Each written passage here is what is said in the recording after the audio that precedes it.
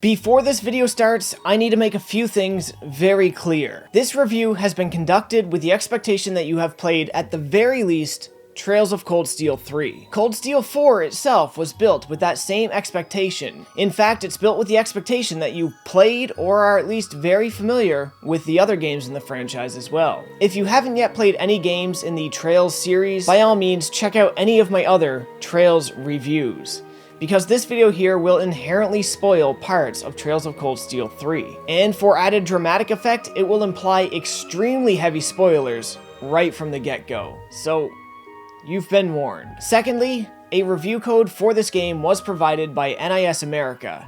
And as always, I'm extremely grateful and thankful for the opportunities and support they've extended to me and my channel. It is very appreciated. And lastly, with grave few exceptions, the footage in this video will be pulled almost entirely from Act 1 of the game and earlier. That said, Act 1 is still 35 hours long, so you will see a lot of different places and a lot of different characters regardless. With all that said, let's get into it. Together we shall write the end to this wretched fairy tale, in ink, black as despair.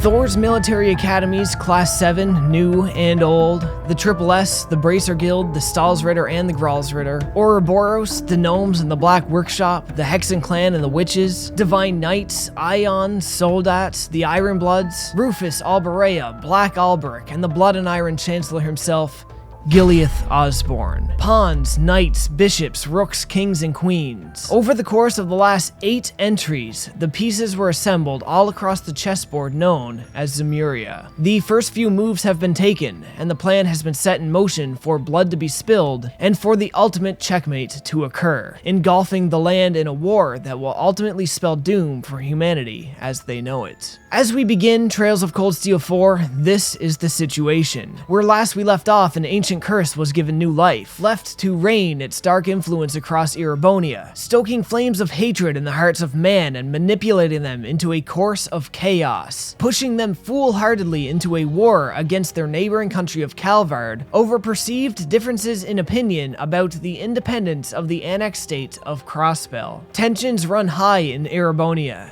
and this is felt within the first few minutes of the game. War at this point seems inevitable, and to bolster its forces, the Empire has started a draft, conscripting as many people as they can to fight for their cause. In a word, things are bleak. With their venerable leader, Reen Schwarzer, now missing, the remaining members of Class 7 and fellow Thor's alums are left to utilize the skills he imparted to them to fend for themselves and plot a new course of action. The first task, of course, being to locate and rescue Reen Schwarzer, if such a thing is even possible. From there, as 2 massive forces take up arms in Erebonia, the members of Class 7, with any and every ally they can find along the way, make it their second task to search for a path where they can douse the glowing flame of war before all hell breaks loose and the death toll rises. There is a lot riding on the lines here in Trails of Cold Steel 4, and what we have carved out for us is quite possibly the most exciting game in the overarching series to date.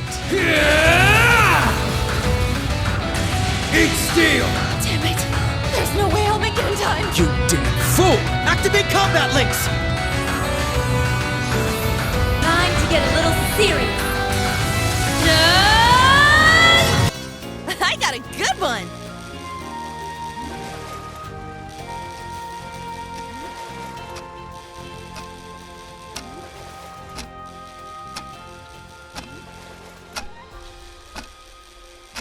Divided into 3 main acts with intermittent subchapters before, between, and after, this is a journey you can likely complete in about 50 hours, if you only beeline the main plot. To play this game how one would normally play a Legend of Heroes title, however, despite the script size being smaller than the previous entries, the runtime will take around 90 to 95 hours. A runtime not inflated by mounds of exposition this time, but rather the sheer number of bosses and lengthy battles. Act 1 clocking in at 35 hours on its own, fills a role similar to any first chapter game in any one of the Legend of Heroes arcs. We travel around the land investigating occurrences of pleroma grass and learning where all of our old friends and foes ended up after the events of the last game. Though this chapter acts to set the world, it still has its own share of extreme tension and nail-biting character conflicts and battles. It's when this chapter ends, however, that Cold Steel 4 really kicks into high gear. The game takes us to places that the mere idea of visiting is enough to fill a seasoned player with wonder, dread, and anticipation. And these exciting places serve as battlegrounds for some of the largest and most epic clashes this series has ever seen, topping even the climax for Trails of Cold Steel 2. Once this roller coaster starts, it doesn't stop, only picking up speed and spectacle as it continues, constantly one-upping itself at every turn. Since our characters had already seen their most significant growth arcs in previous entries, there is less focus put on this aspect of the game, but they are still given time to breathe and interact with each other, form meaningful bonds, and grow that little bit more. It was in this game also I felt the series hit its most emotional peak since Sky 1 or A Certain Numbered Door in Sky the Third.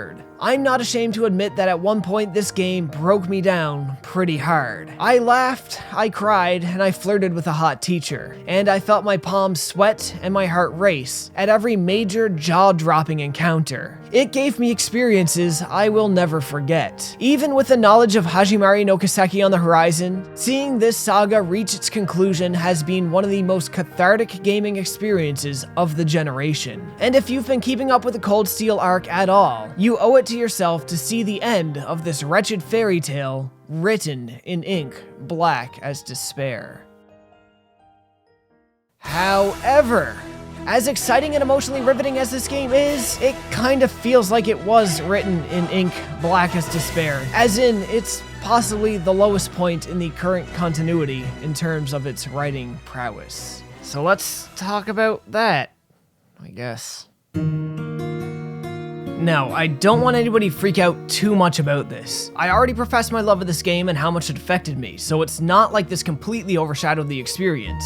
But it's worth noting here that this has been the most divisive Trails game since Sky the Third, and for good reason. Many people champion this entry as their favorite in the series, others still account it as the worst. For me, it's neither, but it's pretty easy to understand why both opinions exist. If you feel that the laws of badassery and hype supersede the laws of logic, which in certain cases I feel rings true, then this game might easily end up among your favorites. But if you hold the writing as the one true be-all, end-all measure of the quality of this series, then this game may rank pretty low for you. When I completed Trails of Cold Steel 3, I implied in my review that I was concerned for the future of the series. That I was concerned how they would wrap up this plot, as at that point, there was simply too many moving parts, and I just didn't see how they could pull it off cleanly. And to an extent, I walked out of this one feeling that those fears were indeed well measured. Trails of Cold Steel 4 seemed to be written with two distinct objectives in mind: to please the fans and to pull everything together to create resolution. These are tasks that they pulled off in a technical sense, but were lacking somewhat in the execution. I do believe they done a better job with most of it than almost any other studio could have, but it's simply not to the level of quality the series is known for. When it comes to the pleasing the fans part, this is mostly done by bringing us to areas we've only ever talked about before, and pulling the Smash Bros or Avengers card by assembling a massive cast of familiar faces. Everybody is, not you, here, and it's awesome to see.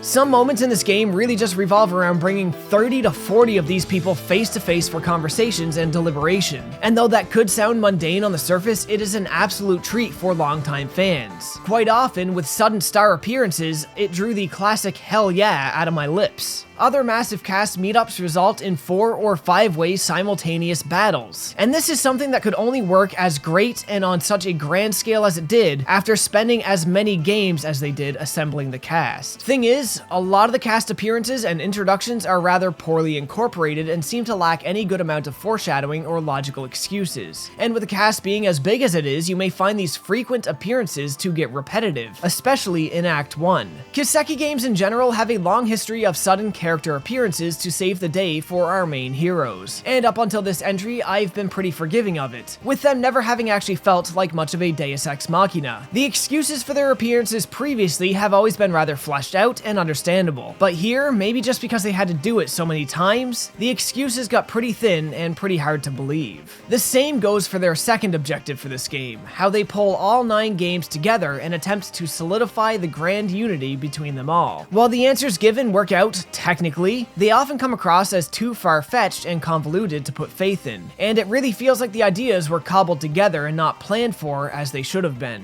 This also involves the introduction of a new villain who to me felt lacking in motivation, and as if he would have worked better as a metaphor personified than an actual enemy. Then we have the issue of the curse itself. Unfortunately, it's kind of used as a catch-all for the plot. Anytime a character needs motivation to increase the drama, or if something old needs an explanation, it always boils down to the curse did it. And it does get a little tiring and cheap after a while.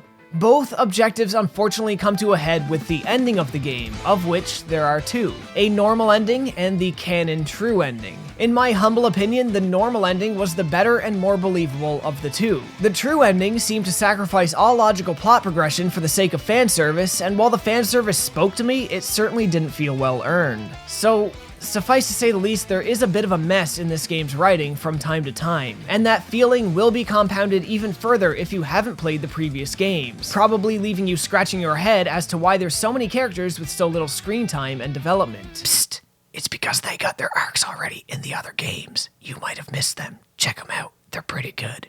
But overall, it's a worthy ride nonetheless. Besides, this is technically part 2 of the new Class 7 arc, and it is the new Class 7 that gets to continue developing as characters. Some character development is handled with the old bonding points system, which I don't mind, but I do feel like quite a few bonding events boil down to the same admission of feelings over and over again, and I kind of wish the game steered you harder towards not wanting our cast to become a harem. But it's a small gripe at the end of the day. And that about covers everything I feel I can or should say about the story and characters this time around. It's more of a mixed bag than usual, but still a considerably fantastic experience. For now, let's move on to the combat, and again, like I did for the story section, I'm going into this with the assumption that you've at least played Trails of Cold Steel 3, and maybe a little bit of the other ones before that too. So, let's take a look.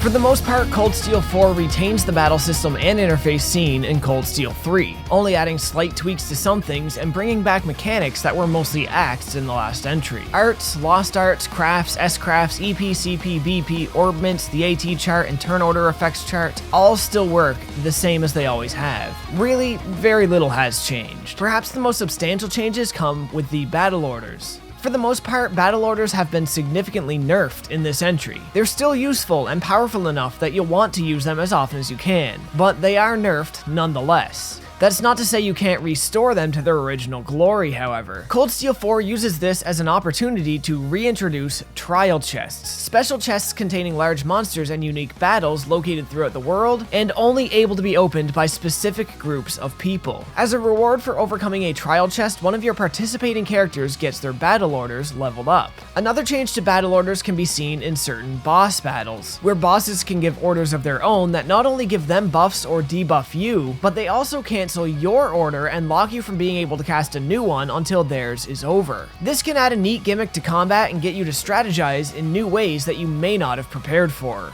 The ability to summon mechs into combat returns from Cold Steel 2, but it's no longer just Divine Knights. Rather, you can summon any mech so long as your character has one. These thankfully are not as powerful as they used to be, as quite frankly they nearly broke Cold Steel 2. And they also come with the caveat of a once per battle limitation, and not being able to use them against human characters. So for most boss battles, they are barred from use. Any characters with demon forms now have their forms last only 3 turns, but also have a chance of entering a Berserk mode when the form ends, resulting in a loss of control for a number of turns. Panzer Soldat and Divine Knight battles of course return, but have been slightly expanded upon with a more frequent, large roster of battle participants. The difficulty of normal battles is a little harder to comment on, and this might sound a little convoluted, but just follow along if you can. The enemies are definitely tougher, and the battles take longer to win, but with the exception of a few bosses, it's not really harder. Sure, your characters might die easier, take more damage, and hurt the enemies less, but there's an abundance of help at your disposal.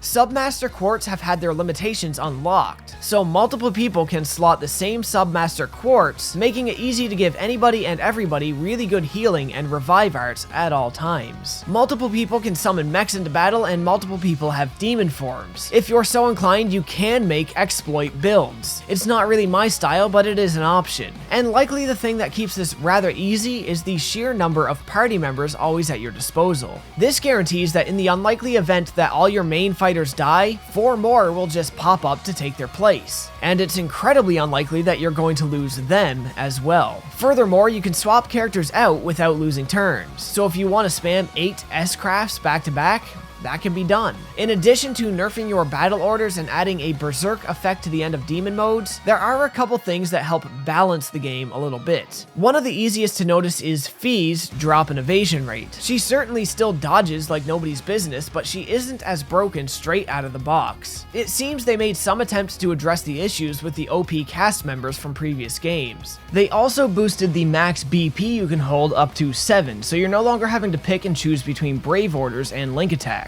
You can have both provided you budget the points well, or just find a way to exploit the unbalance effects. But it's definitely not what I would call perfectly balanced, just balanced for fun. Furthermore, since there are so many characters, keeping them all equipped with the most current weapons and armor and having all their orbit slots upgraded isn't quite gonna happen. Unless you're using some sort of money exploit or grinding for it, you'll have to pick and choose who's getting upgraded, and hope you don't get stuck on having to rely on the ones who didn't get upgraded later. All things considered, the battle system is just as good as it's always been. Better balanced in some areas with more exploits and help given in others. Enemy variety and the variety of challenging battles is an overall improvement. And though the mech battles, like before, can be heavily exploited with no additional effort on your part, this new iteration of it is mostly an improvement as well. As it stands, the Kiseki games still have some of my favorite turn-based JRPG battle systems, and this new evolution is among the most enjoyable in the series so far. True, the balance has never been perfect, but when you get those bosses that seem to have unlimited power, and you just manage to scrape through it, it's a triumphant feeling rarely replicated in games today. Truly a fun and rewarding experience. Now, before we move into the technical aspects, it's probably worth looking at just a bit of the side content. I don't have much to add here, so this will be more of a footnote in the video. But for the most part, the side quests are all the same set of affairs as before. Gather ingredients, kill large monsters, patch up family relationships. Some of them are of course more special than others. I got a thrill out of seeing this family again, and if you play the Crossbell games, you know why. It's because of people like this and side quests like this, things that are really a very small part of the game, that the overarching continuity and world context in this series has become such a big part of the experience. There is a new central hub in this game, a place we revisit between large events, and for the first half of the game that would be a small village. The second half of the game you'll have to play yourself to find out about. This central hub does its job and also provides a replacement for the old schoolhouse and Einhell Keep, only this time with one exception. It's not a required part of the game formula. New floors and challenges are added once every act, but it's up to you if you want to do them or not. I completed all of them and they seem like a fine enough way to grind levels or mess around with your extremely large cast of characters, but it does feel a little weird now having it essentially just be an enemy gauntlet. Go in, journey to the end, kill the boss, and leave. Nothing really happens in here, but the floors at least sometimes have interesting gimmicks. Vantage Masters is back with slight changes. I found it to be a little harder and more time consuming than before, but still just as good.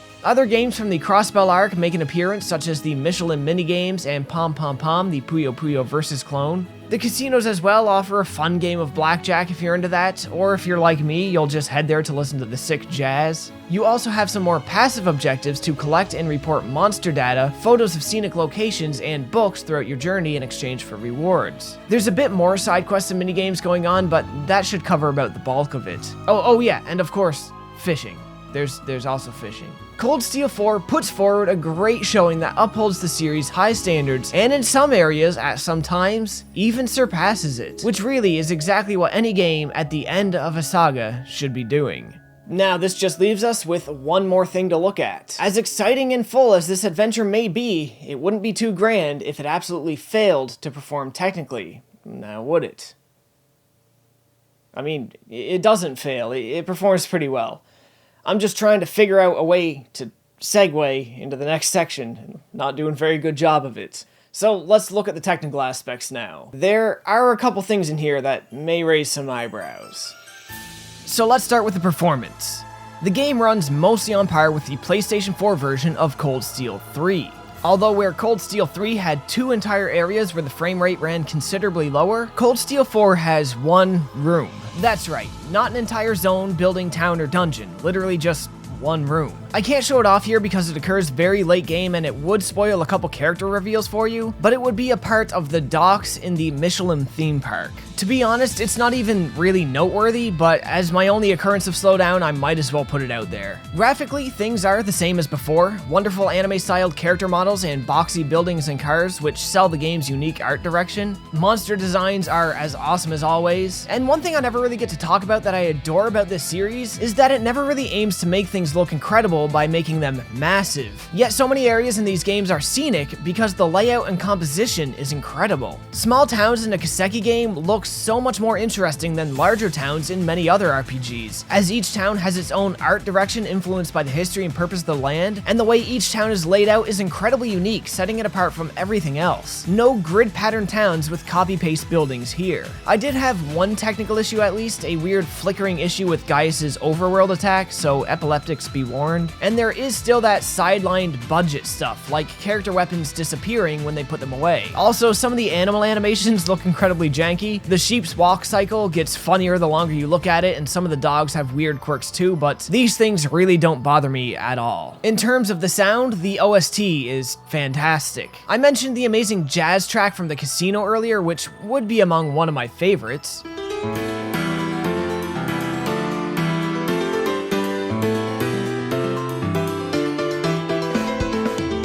But some of the boss tunes rank in the series best for me as well.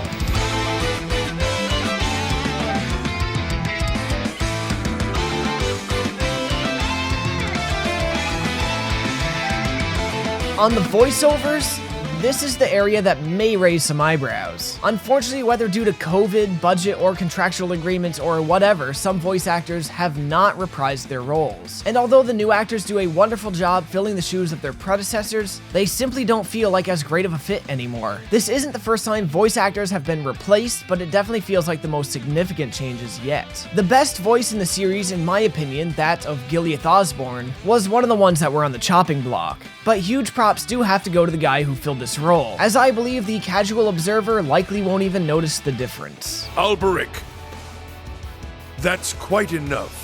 I did feel a bit of an issue with the quality of some of the voice recordings. Some characters feel as if they were recorded remotely, in a different setting and with different gear. I don't know if that's the case, it's always possible it's just a strange effect I'm feeling in the timbre of somebody's voice, but characters like Estelle, who is voice acted just fine by the way, feels like their recording quality is not up to the level of the others. Don't forget that we're here to gather intel on what happened in Heimdall. Right. First, we couldn't get a hold of Tita, and now it seems like the whole continent is headed for war. But this too is a small issue at best. I managed to sit through all 4 seasons of Star's Spartacus multiple times, and they had frequent recasts, so surely this was no challenge. The controls are the same as before, so no problem there. Translation has, at best, minimal issues. Where I did play this ahead of release, there was a couple areas buried in enemy flavor text where translation wasn't yet complete. But midway through my playthrough, that got updated and it was cleared out. If you don't want to deal with this, just make sure you give the game a minute to install a patch before booting it up. The only other translation issues I found myself are so small I doubt many people will even notice them. Things like the sign on a building saying pub, but the map saying bar. Then there's some unaltered decals like this here, where the translation, I'm guessing straight from Falcom, still says Elabonia. But that's about it for me. So the question now is, where do I land with Cold Steel 4? Well, though it may be hoist of its own petard at times, I feel confident in stating that, for me, it easily shines through its darkest moments. This isn't my favorite Kiseki game, but it at least breaks its way into the top 4 or 5. Maybe 5, which far surpasses what I require to say that this is still easily worth a recommendation. I closed out my Cold Steel 3 review by quoting a series favorite character, telling you to keep going forward relentlessly without looking back. And I'll stand by that statement again here. This journey is still one that's very worth taking. Truly, this has been one of the most cathartic gaming experiences in my life, and a very moving, character-driven adventure on its own. So it's with very high praise I recommend not only this game, but the series as a whole, especially for those of you who haven't played any of them before. There really is nothing else quite like it out there today. And this is ultimately where I'm going to leave things. Whenceforth you decide to jump in and write the end of this wretched fairy tale, be not fearful of the fan service that lies within, as no remorse should hold a Kaseki fan from the blooming jubilation of these long-awaited reunions. Thanks for watching. Also, I didn't really have a spot for this in the video, but I found it kind of funny. This cat here is named Elizabeth. But if you walk like just 10 feet over this way, we got a woman just named Tourist. In a series that prides itself and is so well known for how good its NPCs are, it's just a little funny to me this time that the animal is the one that got more attention. Also, did anybody else notice how good Summer Break must have been to Ellie? I mean, holy sh**.